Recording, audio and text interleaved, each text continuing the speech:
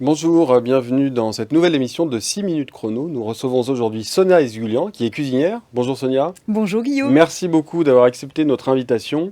Alors, tout le monde vous connaît à Lyon, mais je vais quand même vous représenter. Vous êtes l'une des créatrices culinaires les plus en vue de France et de Navarre.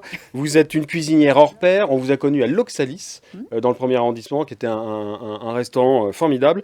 Vous êtes experte de la cuisine du quotidien. Vous y êtes née, la cuisine du quotidien, et l'auteur de nombreux livres à succès. À ce propos, j'ai lu que vous aviez apposé votre nom sur plus d'une centaine de recueils de recettes. C'est vrai ça?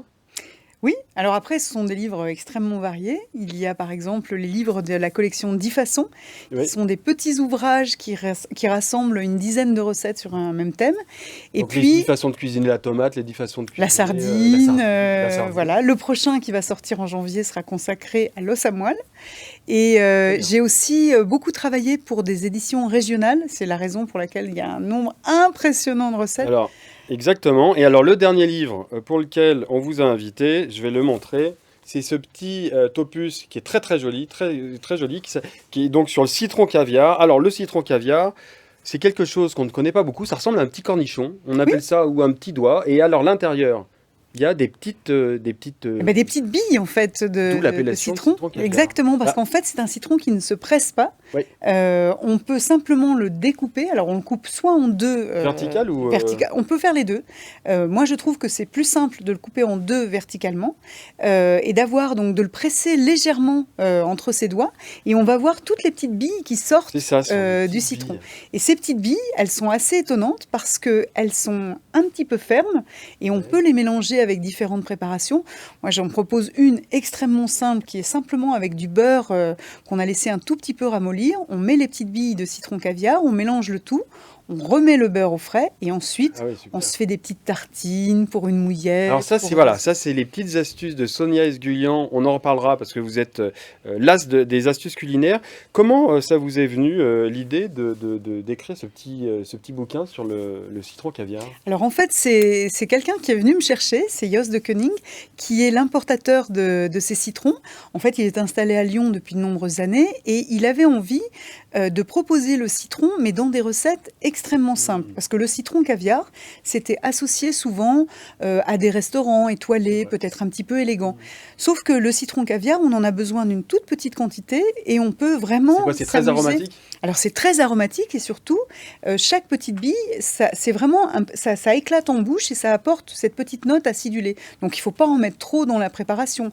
Exemple, si on a un petit fromage blanc et qu'on veut s'amuser avec quelques fruits de saison, on met par exemple des fruits de la passion, un peu de mangue ou un peu de banane. On peut mettre quelques citrons. Alors il y en a un que j'aime beaucoup, qui est vert très vif, qui a un goût de citron vert. Et bien en fait celui-ci, on va mettre quelques grains de Juste ce citron quelques caviar. billes. Et là franchement, c'est amusant. On ferme les yeux. On mange ce fromage blanc assaisonné aux fruits de saison. Ouais. Et là, vraiment, il se passe quelque chose d'assez amusant en bouche. Ça te donne envie et en tout cas dans le prochain Lyon Capital donc, qui va sortir, vous nous avez concocté un petit repas de fête de fin d'année, de Noël. On a par exemple des huîtres et citrons caviar, mouillettes au poivre.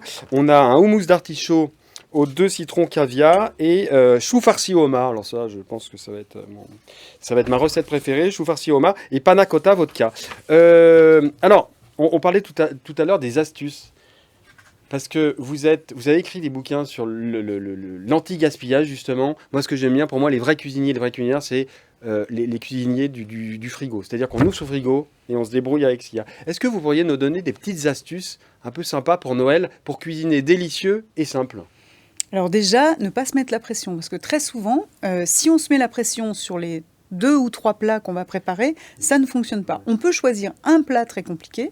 On se dit, bah tiens, je vais me lancer dans quelque chose d'un petit peu farci, comme par exemple le homard avec le chou farci. Ça demande un tout petit peu de manipulation, mais il ne faut pas faire les 3 plats compliqués, parce que là, on Ouais, va tout de suite au cauchemar et on arrive épuisé au repas et on ne prend pas de De plaisir. plaisir, on est d'accord. Après, on est assez malin aussi.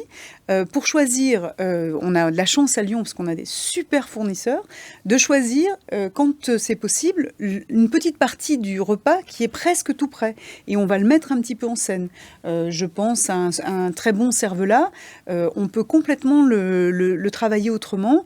Moi, j'en fais par exemple pour Noël, je fais un velouté de lentilles avec un cervelas qui est pané dans de la chapelure de pistache.